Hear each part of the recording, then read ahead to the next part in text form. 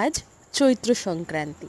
সকাল সকাল ঘুম থেকে উঠিয়ে মা পাঠিয়ে দিল বাজারে, কারণ বাবা দেওঘর গেছে। বাবার ডিউটিগুলো আমি পালন করছিলাম।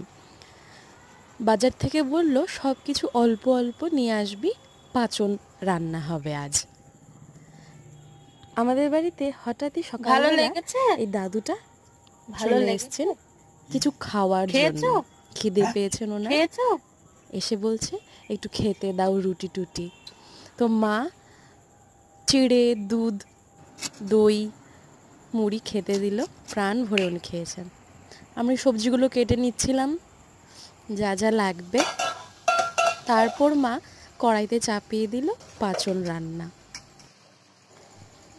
এই ঘ্যাট বা লাবড়া খেতে ভীষণ মজা লাগে, সাথে যদি হয় গরম গরম খিচুড়ি, চাটনি, পায়েস, আহা সেই স্বাদ।